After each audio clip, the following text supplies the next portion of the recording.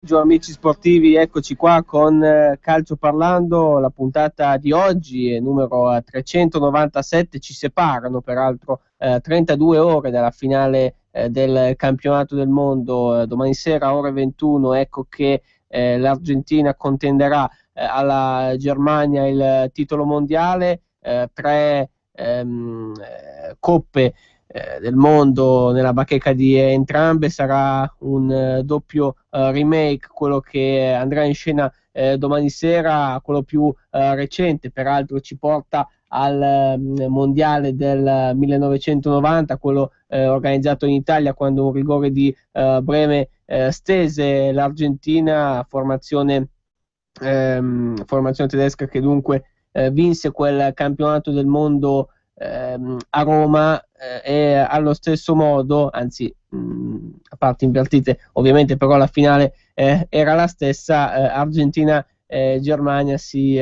concluse nel 1986 con la vittoria invece della nazionale argentina. Fu 3-2 contro l'allora Germania Ovest all'Azteca di Città del Messico. Dunque sarà la terza volta che si affrontano in finale queste due formazioni. Notizia di ieri, ad arbitrare sarà Nicola Rizzoli, arbitro di Bologna, soprattutto arbitro italiano, un pezzo di Italia dunque nella finale del mondiale, dopo che nel 2002 Pierluigi Collina diresse Brasile-Germania. Anche qui dunque la nazionale teutonica in campo. Vedremo se porterà sfortuna questo tipo di concatenazione, insomma, alla nazionale tedesca, cioè un arbitro italiano dopo il 2002, chissà se, tra l'altro contro una nazionale sudamericana come l'Argentina, come era in quel caso il Brasile, chissà se il verdetto sarà rovesciato. Parliamo naturalmente anche di tutto questo con Daniele Amadasi, che è collegato con noi. Ciao Daniele. Ciao Adriano, a te e a tutti i nostri radioascoltatori.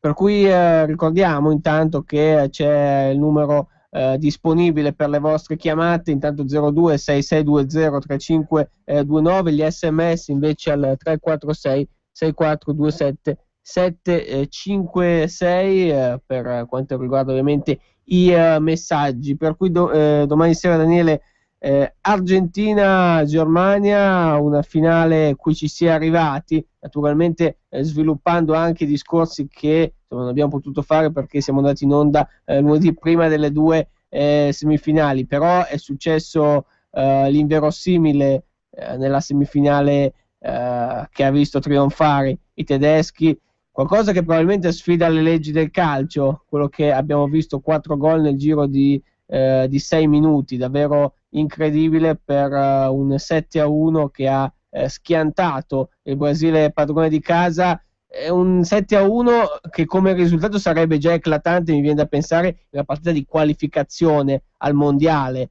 figuriamoci una semifinale. Sì, partiamo dal presupposto che abbiamo avuto anche la fortuna di azzeccare lunedì due pronostici, perché in fase di presentazione si parlava delle due semifinali, avevamo azzardato a dire che la finale sarebbe risultato Germania-Argentina, per cui l'abbiamo presa. Vedremo se poi riusciremo anche a livello di pronostici ad azzeccare la formazione che andrà ad alzare la Coppa del Mondo. E due semifinali completamente diverse, una decisa ai rigori, per cui in quel caso forse meritavano entrambe le formazioni. Alla fine è stata l'Argentina a passare, soprattutto con le parate di un portiere come Romero, che di fatto era stato scartato dalla Sampdoria ed era dovuto poi andare a giocare anche al Monaco. E l'altra semifinale invece ha visto praticamente un risultato incredibile. Giustamente l'hai segnalato te, oramai 7-1 è un risultato che non si vede neanche nelle gare di qualificazioni ai campionati europei o campionati del mondo, figuriamoci in una fase finale a gironi mondiali. È un mondiale che aveva, diciamo, già fatto registrare l'incredibile sconfitta all'esordio della Spagna 5-0 contro l'Olanda, e poi ci ha regalato in semifinale questo 7-1, 5 reti, 29 minuti, con la banda di Löw che di fatto è andato a umiliare, ridicolizzare la formazione brasiliana. L'abbiamo detto che il Brasile avrebbe pagato le due assenze, soprattutto di Neymar in fase offensiva, perché c'è una pochezza incredibile di Fred, l'abbiamo detto, un giocatore che nel nostro campionato magari non troverebbe neanche posto da titolare in una formazione di Serie A, e viene schierato come titolare da Felipe Scolari. Poi c'è anche Hulk, che è un giocatore che di fatto gioca nello Zen di San Pietroburgo, l'abbiamo detto, è un campionato europeo che copre il settimo-ottavo livello, quindi la mancanza di Neymar risultava pesantissima, soprattutto in fase difensiva, perché abbiamo visto gli svarioni che ha avuto la formazione verde-oro e questo ha portato veramente a una debacle e soprattutto a una sconfitta che è diventata storica, perché quasi è andata ad annullare quella macchia storica del 1950, quando di fatto il Brasile riuscì a perdere una finale in casa allo stadio Maracanã contro l'Uruguay. Adesso c'è stato questo 7-1, vedremo il Brasile cosa farà in questa finale terzo e quarto posto.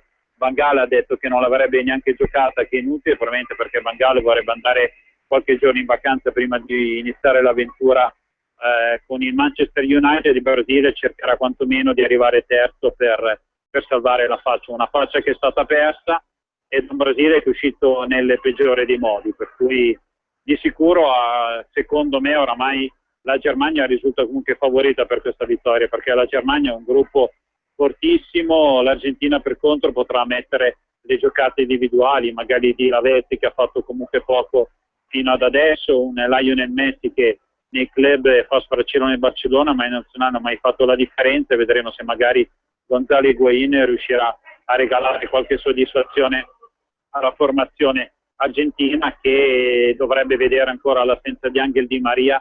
Si parla tantissimo di un suo recupero lampo, si parla di miracolo, ma secondo me le possibilità che Di Maria possa scendere in campo veramente sono vicinissime allo zero. È una finale particolare, l'hai detto giustamente bene te all'inizio, alla terza volta che si incontrano i due nazionali.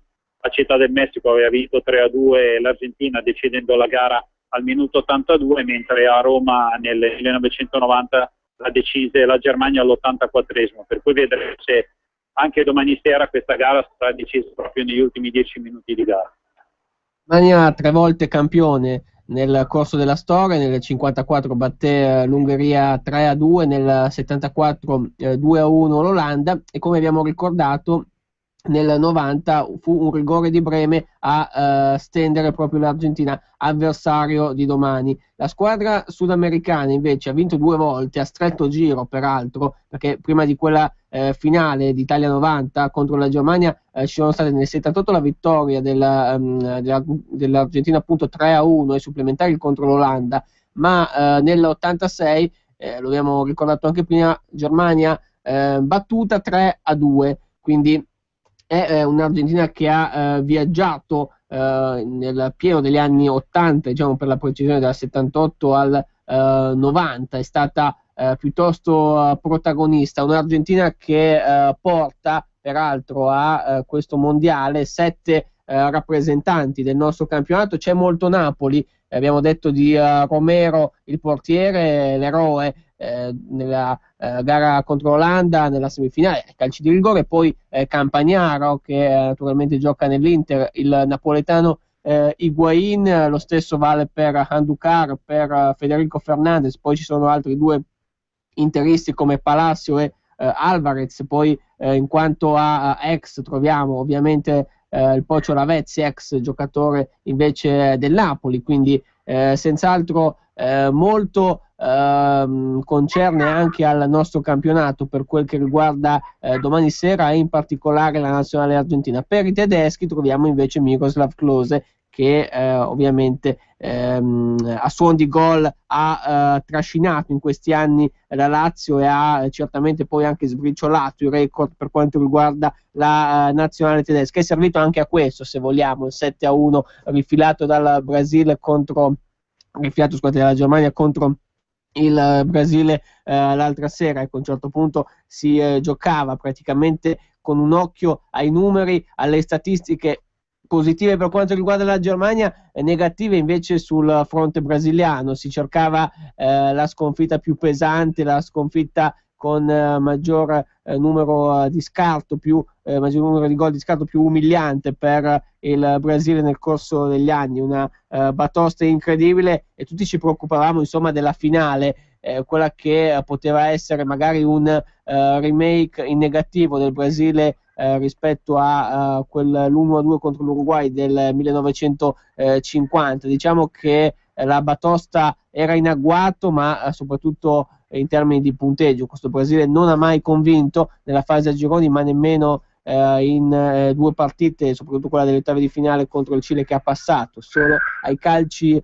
di rigore. Arbitro Nicola Rizzoli, come abbiamo detto, direttore di gara italiano, dopo che Daniele, in una delle due semifinali abbiamo visto la promozione, diciamo così, di Moreno Rodriguez dopo i disastri di Italia-Uruguay. Gli è stata comunque affidata una gara molto delicata come quella di semifinale. In ogni caso Rizzoli che arriva a questo traguardo importante anche per lui, dopo che nel 2002 era stato Collina a dirigere proprio Brasile e Germania. In quel caso ce lo si poteva aspettare, era il maggiore indiziato da tutti, più volte eletto miglior arbitro del mondo, Pierluigi Collina. Diciamo che questa volta è una nota di particolare prestigio per l'Italia avere l'arbitro che dirigerà la finale di Coppa del Mondo. Sì, c'è da dire che di fatto a livello di arbitraggio la finale era un duello fra Italia e Germania. La Germania è arrivata con la propria nazionale, per cui non si poteva non scegliere Rizzoli. Direi che Rizzoli si è guadagnato sul campo questa chiamata, ha fatto comunque un'ottima stagione in campionato a livello di massima serie e soprattutto comunque ha fatto benissimo nelle due gare arbitrate ai mondiali, considerando che Rizzoli, oltre che adesso andare ad arbitrare la finale, ha diretto anche Olanda-Spagna, che è stata forse l'altra gara comunque più spettacolare e più caratteristica di questo mondiale. La chiamata di Rodriguez era abbastanza particolare e devo dire che l'altra sera se l'è cavata bene, anche perché di fatto è risultata quasi una sorta di amichevole. Dopo 29 minuti Brasile 0, Germania 5. Se fossimo stati in America, avessimo parlato di baseball, la gara sarebbe stata interrotta per manifesta inferiorità. È una Germania che di fatto ha dilagato in parte, perché nella ripresa è arrivata anche la doppietta di Schürrle per arrivare sul 7-0, poi c'è stata la rete di Oscar quantomeno per portare a tabellino un 7-1 finale magari meno amaro, però è stata una gara particolare in cui è arrivata anche la 16ª rete di Klose, che ha battuto tutti i record perché risulta oramai il miglior marcatore di tutti i tempi in una fase finale, e questo ha dimostrato anche come la Lazio magari quest'anno non abbia raggiunto certi obiettivi. È un Klose che comunque ha 36 anni, c'è qualche infortunio, però è un giocatore che, diciamo così, ha fatto il furbetto, perché già a gennaio ha tolto la gamba e quindi cercava magari di scendere poco, si allenava in maniera particolare oppure anche in maniera individuale, però alla fine ha ottenuto il massimo, soprattutto un Klose che non partiva come titolare, ma adesso Love non lo va a togliere dall'11 di partenza, per cui sarà una finale in cui sarà tutta la Germania a livello proprio di squadra, di forza, contro un'Argentina che potrà schierare probabilmente, diciamo così, qualche giocatore che potrebbe fare la differenza in maniera individuale, per cui è una semifinale che sulla carta, una finale che sulla carta è un po' simile alla presentazione della semifinale, cioè il gruppo della Germania contro le individualità. Nel Brasile sono mancate e vedremo se mancheranno meno anche nell'Argentina. Un Rio de Janeiro che avrà dunque gli occhi puntati addosso, anche questa suggestione, no, di cui si è parlato in un modo particolare, Argentina-Germania, è anche un significato legato ai due papi, cioè Papa Bergoglio, Papa Francesco, che è argentino, e invece il suo predecessore Benedetto XVI tedesco, quindi questa sorta di passaggio, ecco, che si è perfezionato ovviamente un anno fa, a marzo del 2013, una partita nella partita, quella tra Argentina e Germania, a sfondo religioso, mettiamola un po' così. Daniele, prima di salutarti, poi ovviamente proseguiremo ancora parlando di questa finale nelle ore che ci avvicinano e di tutti quelli che sono gli aspetti anche collaterali, perché torneremo un attimo sul Brasile e via dicendo. c'è un calciomercato che comincia ad infiammarsi. Giovedì la presentazione del Milan con i primi allenamenti che invece sono partiti mercoledì. L'Inter è già in campo a faticare a Pinzolo. Oggi le prime amichevoli di Torino e Fiorentina. Intanto c'è da dire che sempre per quel che riguarda il Milan ufficiale, da pochissime ore l'acquisto di Rami in difesa con un contratto fino al 2017. Sì, l'altro giorno tu l'hai vissuta, direi anche in prima persona. C'è stata la presentazione del Milan abbastanza particolare, le frasi del nuovo mister Inzaghi, che ha detto nel mio Milan giocherà chi lotta, per cui dopo ci siamo divertiti anche noi con la nostra pagina Fantamarket a sfottere Balotelli, che ha pubblicato quella foto con il fucile come per dire io sono pronto. E un Milan che adesso a livello di mercato ha preso Remy, di fatto è andato a rinunciare a Versalico, per cui al Genoa è andato in prestito a Matri, però non arriverà Versalico. Adesso vedremo dove finirà questo giocatore, probabilmente sarà un duello finale fra Sassuolo e Fiorentina.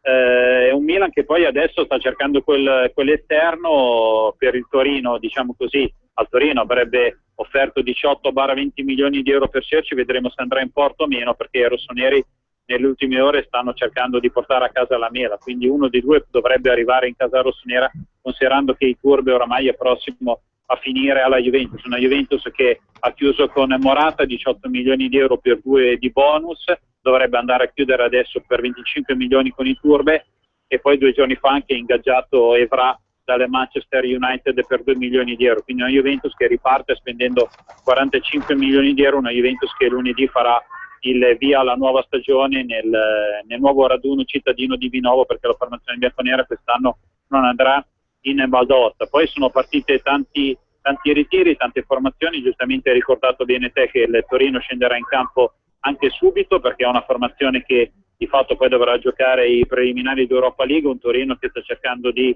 portare Quagliarella in attacco. Vedremo se riuscirà ad acquistare la Juventus per 3 milioni di euro, questa è la cifra che i bianconeri chiedono per cedere Fabio Quagliarella. Anche l'Inter si sta muovendo sul mercato, oramai è ufficializzato anche Envila che arriva dal Rubicazan, è un Inter che poi, diciamo così, sogna magari di portare Jovetic in nerazzurro, e questo è un dato abbastanza particolare, perché ci sono molti calciatori che l'anno scorso sono andati via dall'Italia che però poi cercano di ritornare. Osvaldo l'aveva fatto l'anno scorso in prestito, il Milan sta cercando di rifarlo con la Mela, lo stesso discorso l'Inter con Jovetic. Per il resto notizie di giornata della mattinata: c'è l'Atalanta che di fatto ha chiuso l'accordo per avere in prestito Richmond Boakhi dal Genoa, che è in proprietà con la Juventus, e poi c'è una notizia che secondo me non è proprio bella, è il fatto che l'Udinese andrà a vendere Scuffé all'Atletico Madrid. Ecco, mi sarebbe piaciuto almeno vedere un altro anno questo giocatore portiere di 18 anni nella massima serie. Direi che questa è un'altra perdita per il calcio italiano, che va a vendere, diciamo così, uno dei giocatori più promettenti all'estero. Sì, dunque una altra operazione che sarà sviluppata, tra l'altro per quanto riguarda Versalico, con questo duello Sassuolo-Fiorentina. Le due società si riparleranno per quel che riguarda Bernardeschi, che è uno dei migliori, è stato uno dei migliori nell'ultimo campionato di Serie B col Crotone, e ovviamente potrebbe anche per lui aprirsi uno spiraglio in Serie A. Fiorentina che oggi giocherà appunto la prima amichevole a Moena, la prima sgambata non ci sarà però Pepito Rossi, ovviamente le scorie anche qui di un mondiale saltato per qualche imperfezione fisica, diciamo, non problemi ma certamente dinamiche particolari che hanno suggerito anche a Prandelli di non portarlo in Brasile. Daniele, ci ritroviamo con te lunedì alle ore 13:15 per la 398esima puntata di Calcio Parlando, e ovviamente il tema pregnante sarà la finale del campionato del mondo. Ricordiamo domani sera è Argentina-Germania con inizio alle ore 21 a Rio de Janeiro, però inutile ricordare che insomma, essendo metà luglio, la stagione per molte squadre è già decollata, per cui come al solito molti argomenti. Rimandiamo con te a lunedì.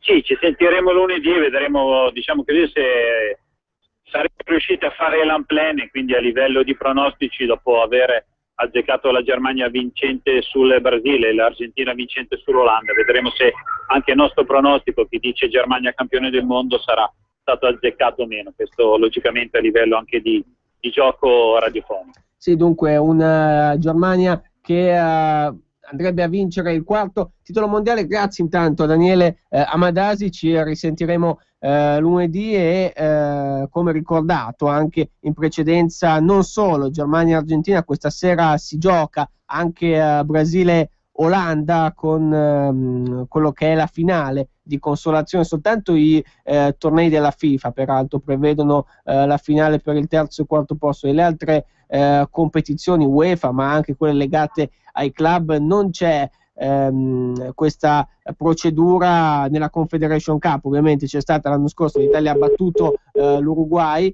e ai calci di rigore, tra le altre cose, mentre questa finale per il terzo e quarto posto del mondiale il Brasile sfida l'Olanda. Ovviamente due sconfitte diametralmente opposte. Il Brasile è crollato su tutta la linea perdendo 7-1 contro la Germania l'altra sera, mentre l'Olanda si è resa soltanto ai calci di rigore all'Argentina. Una partita brutta, una partita non certo esteticamente da ricordare, però poi ai calci di rigore ha avuto la meglio la nazionale sudamericana. Sarebbe stata una sfida eventualmente tutta da godere anche per i significati, per la grossa rivalità, quella tra Argentina e Brasile. Non c'è stata partita di fatto nella prima semifinale, quando i verde oro di Luis Felipe Scolari sono letteralmente crollati. Scolari che tra l'altro ha avuto da dire, ha fatto le sue rimostranze in questi casi, poi anche lanciando tutta la recriminazione del caso. Si è lamentato con la FIFA, ha poi parlato del proprio futuro, rimandando il discorso a dopo la partita di questa sera. Evidentemente la partita contro la Germania sarebbe potuta finire 5-4 se solo avessimo realizzato le occasioni da gol avute nel secondo tempo. Questo ha detto, cercando insomma una sorta di arrampicata sugli specchi, l'allenatore del Brasile. Sì, stato tra i migliori del secondo tempo il portiere tedesco Neuer, e almeno un gol del Brasile è stato assolutamente meritatissimo nel finale, però insomma da qui a pensare ad un'eventuale rimonta del Brasile sarebbe troppo. Tra l'altro il Brasile ha fatto gol l'1-7 con Oscar a un minuto dalla fine, dopo che nell'azione immediatamente precedente Özil aveva fallito il gol del possibile 8-0. Quindi obiettivamente è stata anche la Germania a debordare, a rischiare di debordare ancora, e oltre che un Brasile che in effetti le sue occasioni le ha avute, però si era sempre con un punteggio piuttosto emblematico, un incubo vero e proprio per tutto il Brasile, per quella che è poi la modalità di vivere il calcio, come in questi casi, senza poi scomodare ovviamente i tempi del Maracanã del 1950, in quella finale contro l'Uruguay. Brasile-Olanda dunque questa sera si gioca alle ore 22, domani invece per la finale si torna a un orario più europeo, quello delle 21, l'unica partita che comincia alle 21 del mondiale. Un Brasile che schiererà Hulk, Joe e Oscar davanti nel suo 4-3-3, con Julio César in porta, Maicon, David Luiz, Thiago Silva e Marcelo sulla linea difensiva, e poi il centrocampo con Ramirez, Fernandinho e Maxwell. Per quanto riguarda invece il 5-3-2 dell'Olanda, ci sarà Cilesen in porta.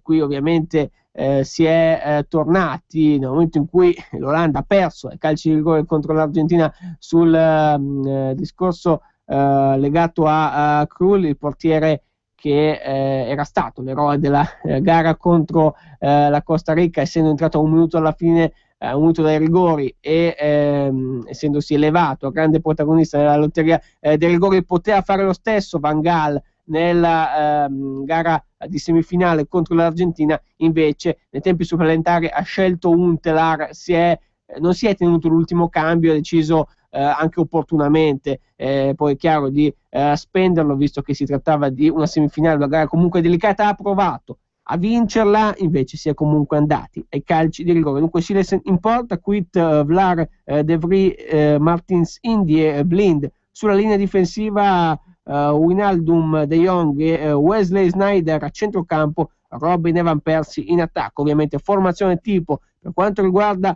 l'Olanda, Brasile che ricordiamo ovviamente, ma lo sappiamo, insomma, strada facendo, ha perso Neymar in quella semifinale contro la Colombia per il problema alla vertebra, per il colpo dato, l'intervento falloso del giocatore napoletano Zuniga, e quindi mondiale finito per lui. Brasile che invece recupera Thiago Silva, che ha saltato per squalifica la semifinale disastrosa contro la Germania. Chissà se in qualche maniera il Brasile avrebbe potuto tamponare l'emorragia di gol subiti con la presenza del difensore del Paris Saint-Germain e magari anche di Neymar in attacco. Le cose sarebbero magari potute andare diversamente, magari una sconfitta meno roboante, meno fragorosa di quella che invece c'è stata con queste proporzioni. Non lo sappiamo, non ci sarà invece, a meno di miracoli, nemmeno Di Maria per quanto riguarda l'Argentina domani sera. Un'altra vittima illustre di questo mondiale, solo che qui ovviamente c'è in ballo la finalissima, la finale per il primo e secondo posto di questa Coppa del Mondo. Una finale che ovviamente per quanto riguarda i suoi contenuti campeggia sulle prime pagine dei quotidiani sportivi edicola oggi, anche se con dei tagli differenti, perché ci si concentra in alcuni casi su chi sarà il direttore di gara. Lo ripetiamo, Nicola Rizzoli, domani sarà lui a dirigere la finalissima. Un importante riconoscimento per l'arbitro di Bologna. Pierluigi Collina era stato l'ultimo italiano ad arbitrare una finale mondiale nel 2002. Ricordiamo, c'era sempre la Germania in campo, peraltro la Germania perse in quel caso 2-0 contro il Brasile sotto i colpi di Ronaldo, doppietta dell'allora giocatore dell'Inter, un Brasile che ovviamente porta con sé il ricordo di quella partita, ricordo che avrebbe potuto bissare in un mondiale casalingo, ma così non è stato, visto che la sconfitta pesantissima dell'altra sera contro la Germania ha lasciato il proprio segno. Andiamo a vederli allora i quotidiani sportivi con le loro prime pagine. Edicola quest'oggi: troppi stranieri e troppo scarsi. C'è ovviamente un riferimento a quello che è il contesto del nostro campionato. In Serie A almeno 60 sono inutili, il 54% del nostro campionato non parla italiano, ci sono norme restrittive ma vengono aggirate, e chiudere agli extracomunitari non servirebbe. C'è peraltro l'esempio della Germania, quindi molto chiaro sotto questo aspetto il cuore del problema. In taglio alto, un azzurro in finale a Rio, arbitra Rizzoli. Domani fischia Argentina Germania. Oggi sfida per il terzo posto, e poi ancora il calciomercato, la beffa, ciao Scuffet verso l'Atletico, Juve Inter, duello per Pereira, i bianconeri premono per il centrocampista dell'Udinese, ma i nerazzurri hanno Botta che piace a Stramaccioni. Poi ancora Totti che dieta per una grande 23esima stagione, il caso Balotelli ci ricasca, una foto col fucile e il Milan si infuria. Suarez è del Barcellona, ma quando giocherà? Ci si chiede, perché c'è una squalifica parallela dopo Italia-Uruguay, quel famoso morso a Chiellini. Gilardino io in Cina per colpa di Gasperini, dunque la polemica generata dalle parole dell'ex giocatore di Milan, Genoa e Bologna. Corriere dello Sport, il mercato fa boom, Juve, i turbe vicino, 48 ore decisive, Inter arriva in Villa, assalto a Medel, Napoli è il giorno del colpo Miku, poi ancora preso Suarez, Barça da sogno, James Rodriguez, la risposta Real, Balotelli col fucile, il Milan inferocito, Mario pubblica un'immagine shock, club sconcertato, decisa la cessione. In taglio alto, mondiali, miracolo UEFA, Rizzoli, arbitro della finale, Brasile d'orgoglio, almeno terzi, ma c'è l'Olanda. Queste le principali i principali riferimenti del Corriere dello Sport. Chiudiamo con Tutto Sport che parla di calciomercato. Giovinco per Prandelli, nuovo tecnico del Galatasaray, cerca un attaccante e spunta il nome dello Juventino. Isla ha richieste dalla Spagna, altri passi avanti per i turbe e lui twitta: non vedo l'ora, Raiola su Pogba, lui al Chelsea, sono solo fantasie. In taglio alto Rizzoli arbitra la finale e il Brasile sfida i tedeschi, oggi con l'Olanda per il terzo posto, la torsida non perdona.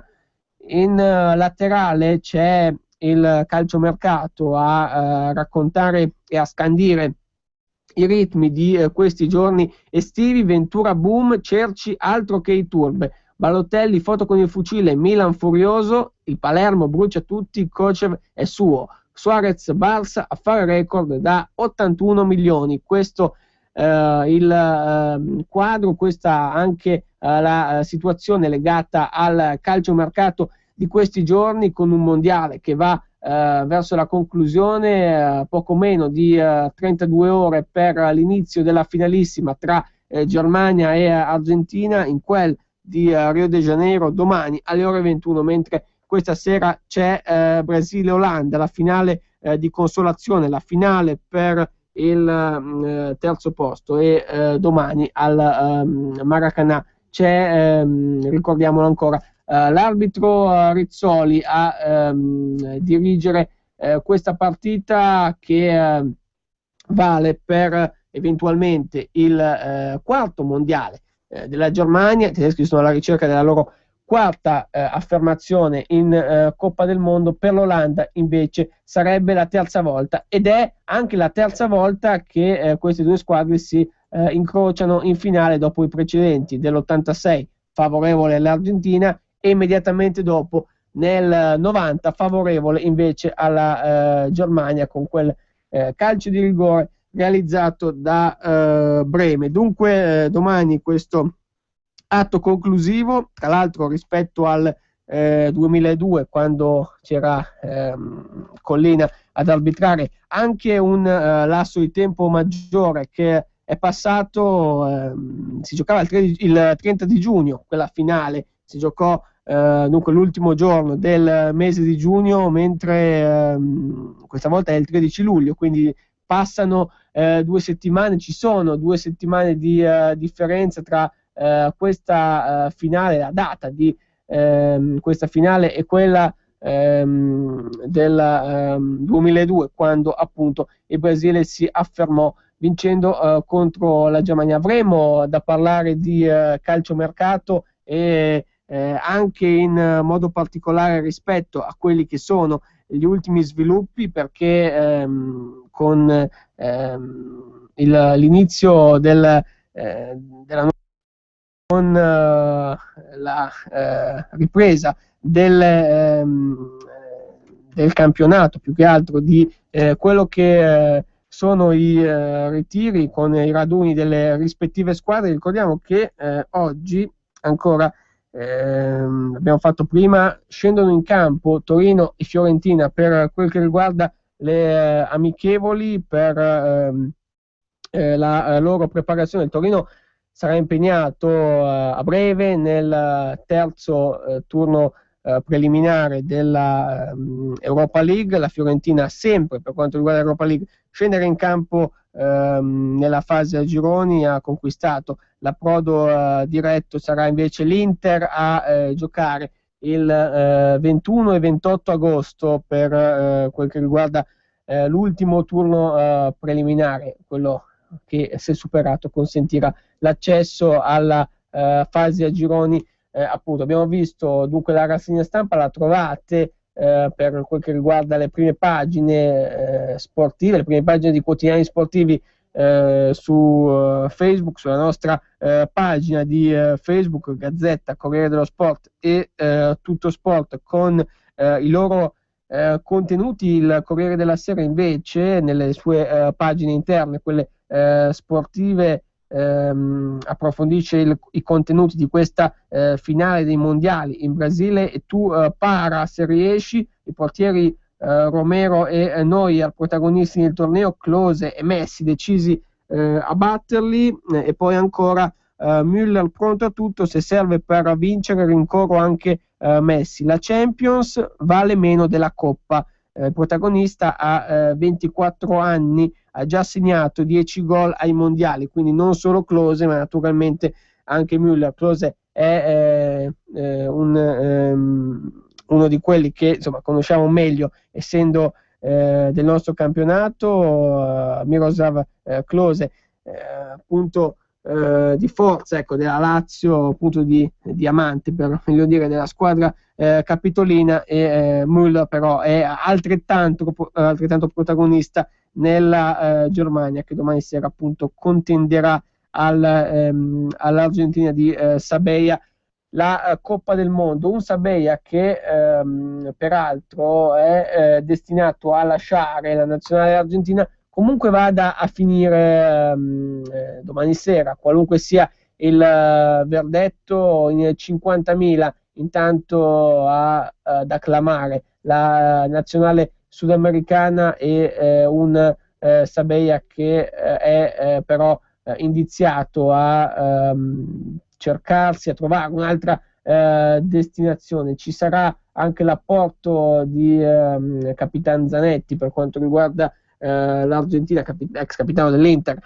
Zanetti, che ovviamente ha a cuore le sorti della propria nazionale, e si è detto piuttosto fiducioso. C'è un Messi che ovviamente fa ben sperare gli argentini, che vuole finalmente darsi un tono anche a livello di nazionale in quello che è il suo apporto in una competizione mondiale, in quello che senz'altro può nobilitarlo ancora. I palloni d'oro che ha vinto sono per lo più ovviamente legati al suo rendimento nel club, al suo rendimento nel Barcellona, ma naturalmente anche per quel che riguarda la nazionale argentina, ora che a 27 anni ci si attende un salto di qualità. Non è poco ovviamente aver portato alla finale dei mondiali la propria squadra. Adesso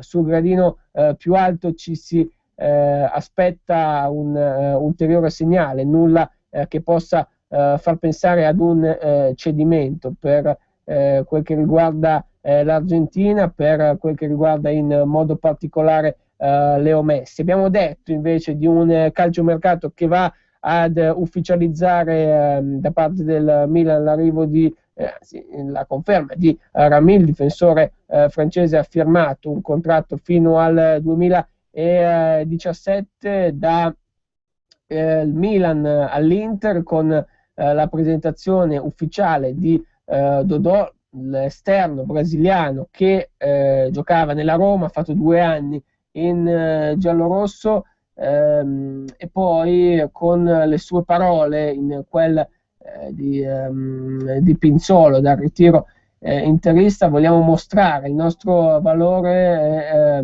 riempire lo stadio. È un passo avanti essere adatto dalla Roma all'Inter, un progetto importante, voglio farne parte, vincere tutto quello che questo club ha già vinto in passato. Juan è stato il mio capitano di nazionale in Brasile, mi ha aiutato dall'inizio, mi ha dato consigli come altri. A proposito della nazionale brasiliana. Spero di ritrovare il primo obiettivo e vincere le gare con la squadra, prima voglio raggiungere gli obiettivi collettivi. Questo è il Dodò pensiero, ecco, il neo giocatore dell'Inter che certamente sarà, anzi è uno delle basi, dei punti di partenza per la campagna acquisti del club di Eric Thohir, in quello che sarà l'avvicinamento al campionato, un Inter che sicuramente mette nel mirino altri nomi. C'è stato anche riferimento a Jovetic da parte della dirigenza interista, uno Jovetic sul quale ci si è espressi in modo particolare per quel che riguarda gli ultimi giorni di calciomercato, anche il 1° settembre. Il calciomercato terminerà appunto il 1° settembre e non si è escluso certamente che Jovetic possa arrivare all'Inter proprio nelle ultime ore, sfruttando le ultime possibilità di calciomercato di andare a perfezionarne l'arrivo. Lui che giocava nella Fiorentina, ancora con le parole di Dodò, lui che ha fatto un quadro generale di quella che è la situazione per quel che riguarda le sue caratteristiche. La fase offensiva, devo concentrarmi sulla fase di spinta, giocare la Champions invece sarebbe l'obiettivo di tutti i giocatori, ma vorrei disputarla la prossima stagione e poi ancora con il riferimento a Mazzarri. Ho parlato con lui prima di venire all'Inter, le sue idee, il suo progetto mi hanno portato a non avere alcun dubbio. Già giocato a San Siro da avversario e poi anche le sue prime sensazioni, un bel ambiente, sensazioni buone con la possibilità di imparare anche a crescere, di poter crescere. Questo ha detto il giocatore brasiliano classe 92 ex Roma, un Dodò che va a impreziosire il reparto difensivo dell'Inter con tutto quello che riguarda ovviamente la fase di miglioramento per la squadra di un Mazzarri confermato. Inter già in ritiro a Pinzolo questa sera, la presentazione della squadra con quello che sono i nuovi acquisti. Ricordiamo una conferma anche per quel che riguarda Mauro Icardi all'Inter, un Inter che potrebbe liberarsi di gente come Guarín, dello stesso Alvarez, che domani sera sarà uno dei rappresentanti insieme a Palacio e ovviamente Campagnaro nella finale tra Argentina e Germania, nella finale dei mondiali. Un pezzo di Inter, al di là di quello che poteva rappresentare, l'abbiamo detto anche prima, un Zanetti, ex capitano dell'Inter, ma per anni simbolo della nazionale argentina. Ricordiamo tanto anche i numeri, siamo in diretta con voi fino alle ore 14 per intervenire telefonicamente 0266 20 3529, per quel che riguarda invece gli SMS 346 6427 756. Il conto alla rovescia un po' verso la finale dei mondiali 2014, Argentina-Germania domani sera alle ore 21 a Rio de Janeiro, con quello che ovviamente è legato allo strapotere dei tedeschi. Lo hanno dimostrato nella semifinale, in modo particolare battendo 7-1 il Brasile, un primo tempo a dir poco dirompente, e poi quello che certamente è stata un netto predominio contro i padroni di casa per una conquista della finale meritatissima, con adesso la possibilità di contendere all'Argentina la Coppa. Domani sera per la Germania sarebbe la quarta volta, l'Argentina invece a caccia del suo terzo successo. Abbiamo visto tutte quelle che sono tutto quello che è l'avvicinamento alla partita in questa vigilia dell'atto conclusivo del campionato del mondo, con invece il parallelo delle formazioni di Serie A pronte a partire. Lo ha fatto il Milan in questa settimana, è toccato all'Inter e oggi in campo invece Torino e Fiorentina per le loro prime amichevoli, per le prime sgambate in quella che è la giornata di oggi. Toccherà anche al Palermo neopromosso, raduno a Brescia, in quella di Coccaglio, e poi il ritiro appunto in montagna. L'ultima squadra a iniziare il lavoro sarà il Cesena, anche perché ha terminato per ultima la sua stagione vincendo la gara di playoff, la finale contro il Latina, e ovviamente il maggior tempo che avrà per le vacanze prima di riprendere la nuova stagione. Un campionato di Serie A che comincerà il 31 agosto, ufficiale invece da questa settimana che la Serie B comincerà il giorno 29, il venerdì appunto, con il primo anticipo. Il giorno successivo ci sarà la prima giornata anche del campionato cadetto, una Serie B che quest'anno potrebbe scendere in campo il 24 di dicembre, questo turno particolare a cavallo tra Natale e Capodanno. Si giocherà di nuovo. Dovrebbe essere minore la pausa nel mese di gennaio, ma naturalmente ci sono anche tutte le modifiche, tutte le ufficialità del caso da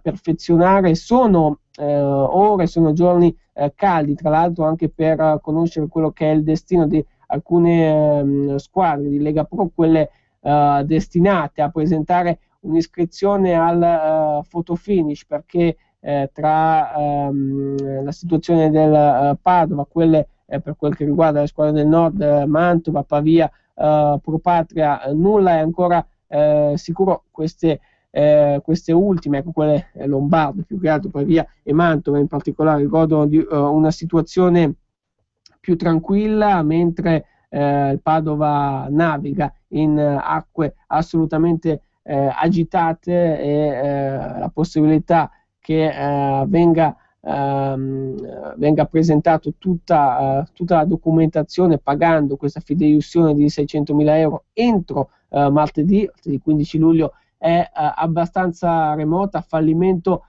vicino, mentre il calciomercato comincia a presentare i suoi primi colpi. C'è un Venezia che ha confermato in panchina dal canto, con De Franceschi nel ruolo di direttore sportivo, Lumezzane, dopo l'addio di Marcolini, che è finito al Real Vicenza. Sempre per quanto riguarda la situazione allenatore, Lumezzane che ha preso Nicolato dalla Primavera del Chievo, un Nicolato che ha condotto la sua squadra un mese fa a questo punto alla vittoria del campionato Primavera, in quella finale vinta ai calci di rigore a Rimini contro il Torino, e dunque i movimenti che vertono in tal senso anche per quanto riguarda la Lega Pro. Il Novara, che ha ufficializzato Mimmo Toscano per quanto riguarda la panchina, il Novara che abbiamo detto anche lunedì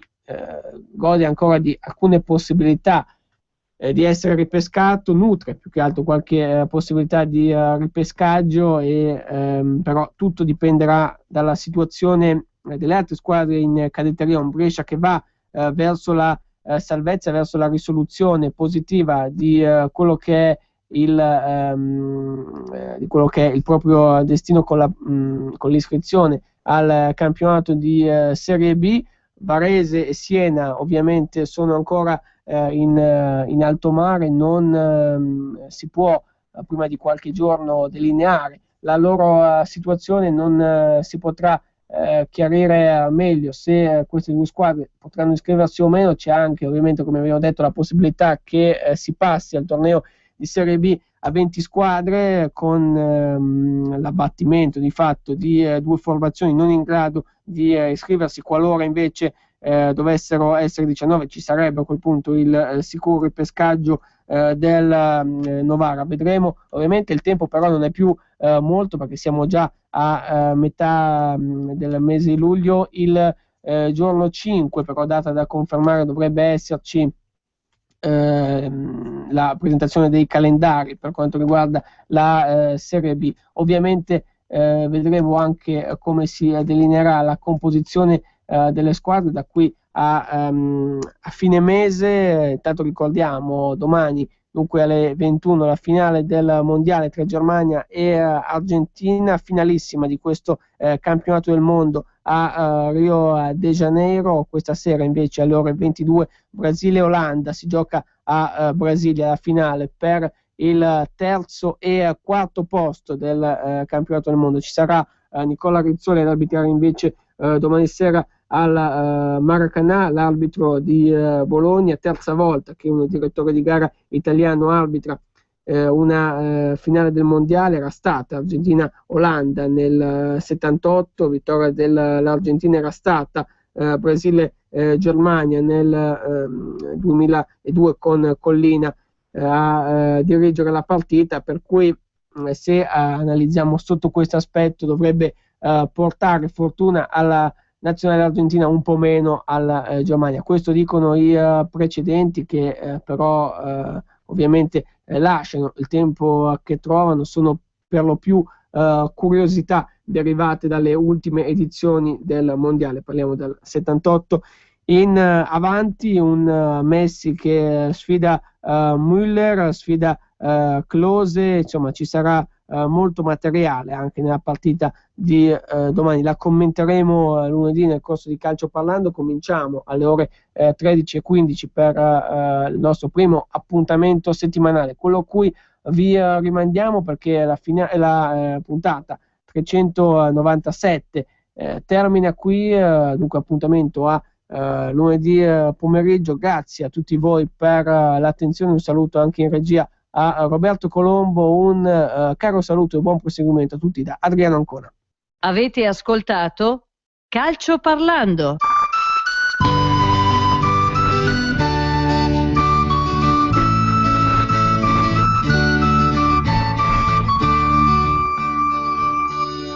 Presso ogni idea, che gran casino, conto e che via che va. A giranture, a girandare, per cercare bus, le parcheggiare. Presso sera, luce in castello, prea e sente, tappete foglie, poche coppiette, a brancassare, gira la pura, gira spaella.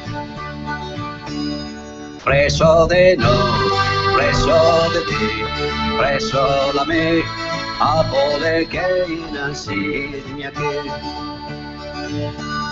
Presso col scu, svela da su, de compaesa che i pessi, a saras de terre de soca, con cadenas, grade cancei. Presso de no, delle contrade, capes più, mierde dialets. Chi compra con che le oie proibite, le oie de niente. Presso de no, presso de te, presso la me, a pode che inassis mia che.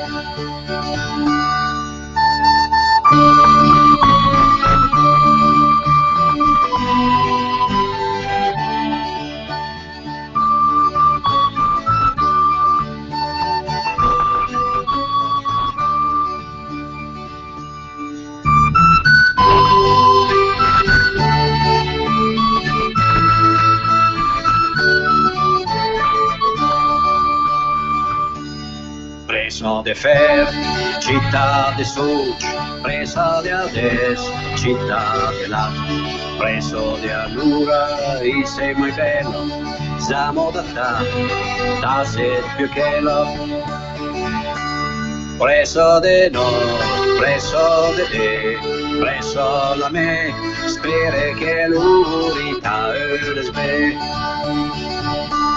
preso de no, preso de te, preso la me, spere che l'urita eres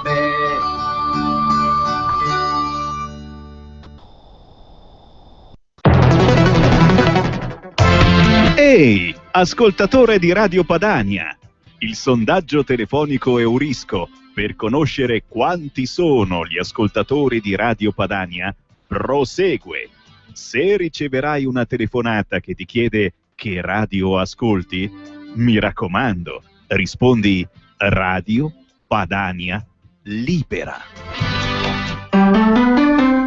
Vuoi trovare nylon, Delrin, PVC, plexiglass, gomma, Vulcolan, neoprene, silicone? Prova alla Sargom. Se non lo trovi alla Sargom, dove lo trovi? Sargom, dal 1968 a Brescia. Articoli gomma plastica tecnico-industriali. Sargom, dal 2008 a Rodengo Saiano Brescia. Punto di riferimento articoli gomma plastica tecnico-industriali. Sargom, via Gaetano Bertoli 15, Rodengo Saiano, Brescia. Telefono 030 31 77 41. Grazie Brescia, da Sargom. La Regione Lombardia e Pentadent hanno a cuore il tuo sorriso. Per tutti i bambini fino a 14 anni residenti in Lombardia, le cure saranno in totale esenzione, perché a carico della Regione, presentando la ricetta rossa del pediatra. Sono esclusi manufatti e cure estetiche. Dai 14 ai 16 anni si paga solo il ticket. Cure in esenzione anche per persone in difficoltà per reddito, perché disoccupate o affette da patologie. Per sapere se rientri nei parametri, chiama il numero verde 800 700 860 o vai su pentadent.it. Quando vuoi regalarti un esclusivo momento di piacere, non c'è niente di meglio di un buon caffè. Un caffè preparato con l'inconfondibile Caffè Padano. Caffè Padano, l'espresso buono come quello del bar. Bevi un caffè Padano e sostieni Radio Padania. Chiama subito il numero verde 800 08 68 69 e acquista una fornitura di Caffè Padano. La macchina del caffè è in omaggio, grazie a Radio Padania, la tua radio. Chiama l'800 08 68 69 e prova direttamente a casa tua l'inebriante aroma del Caffè Padano. E ricorda, chi beve Caffè Padano sostiene Radio Padania. Caffè Padano. Mai assaggiato un espresso così? Per traslocare ho scelto Grillo Antonino, perché hanno cura del mio trasloco e del mondo in cui viviamo grazie a Ecotrasloco. Scegli Grillo Antonino, il trasloco della tranquillità che rispetta anche l'ambiente. Chiamalo 02 43 52 24. Per la tua pubblicità su Radio Padania Libera, chiama il numero 02 66 23 44 22.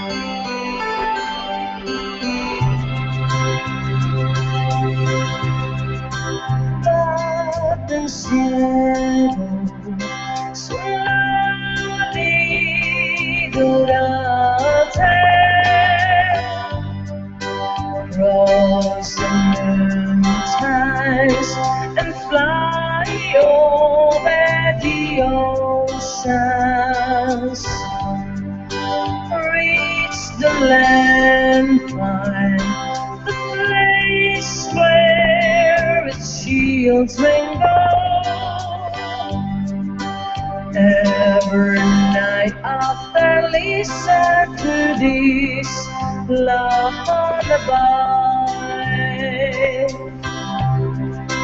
there you'll find the hero's life protecting very innocent. Blessed around, 'cause they sent their soul like softly round the home. Oh, mia patria si bella e perduta, membranza si care fatal.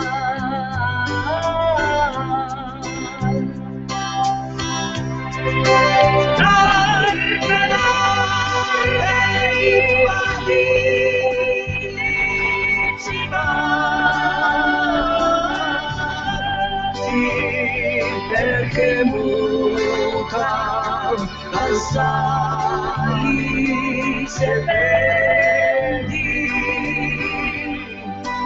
le memorie nel petto accendi, si fa bella nel tempo che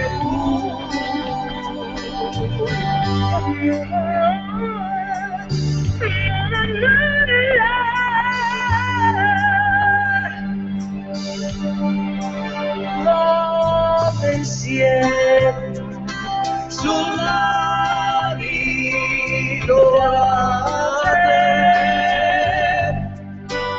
ma di cosa si crede e si vuole. Oh, bellezza, potrei dirmi, laure dolci del sonata,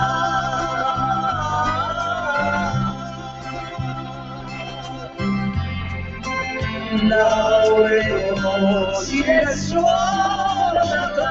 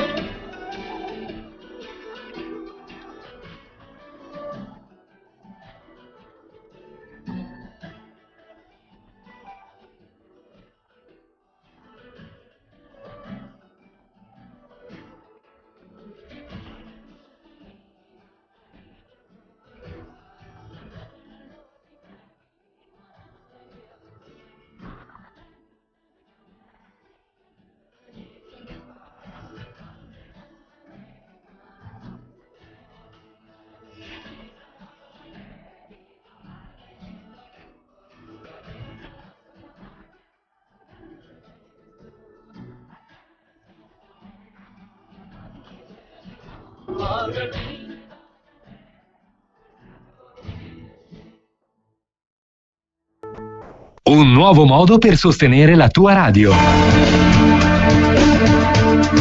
Visita www.radiopadania.net. Nella pagina principale troverai un pulsante Donazione. Ti basta un clic e potrai versare il tuo contributo volontario direttamente online. Potrai donare con ogni tipo di carta di credito, anche prepagata. Ti aspettiamo online su www.radiopadania.net. Sostieni la tua radio con il tuo contributo volontario.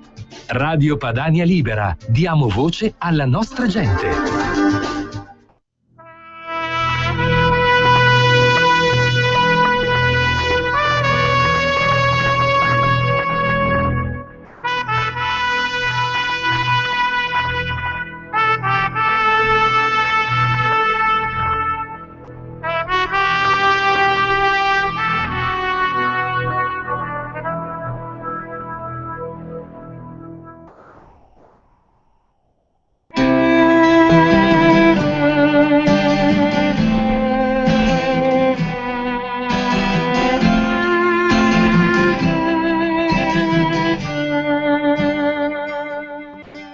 C'è un attimo a caccia via al su e alla Sam par me con l'ombria.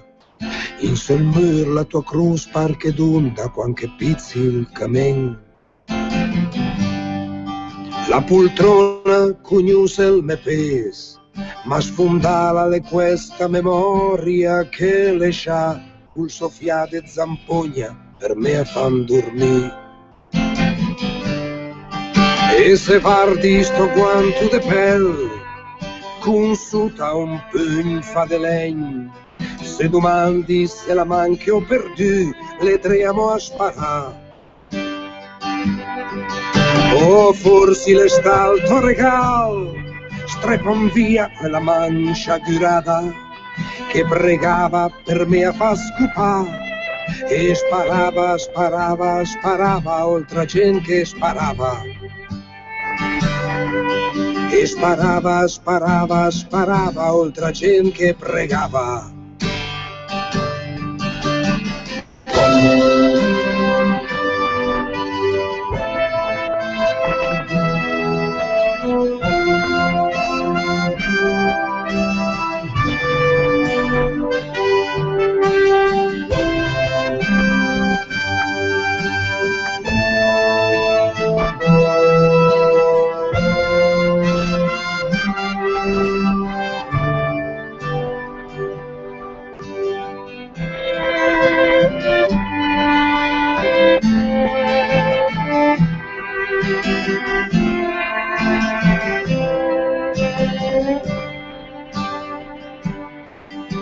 Mai compagna un fasan e io tratta sempre bene anche i furbic se in tanti cargai su quel treno come fai destaccare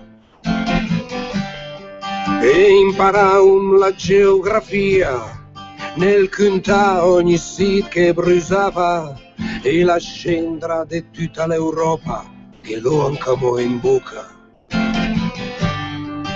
Per il viaggio de noz con la mort em catava Nikolaevka e brinda un pulgiazze col feu che il muson nella palta e la sposa vestita de negro quanta gente la porta in sul suo altar e intanto che davi la man la girava alla faccia lontan verso quei che passava e però la lasciava il suo anello a stone che tornava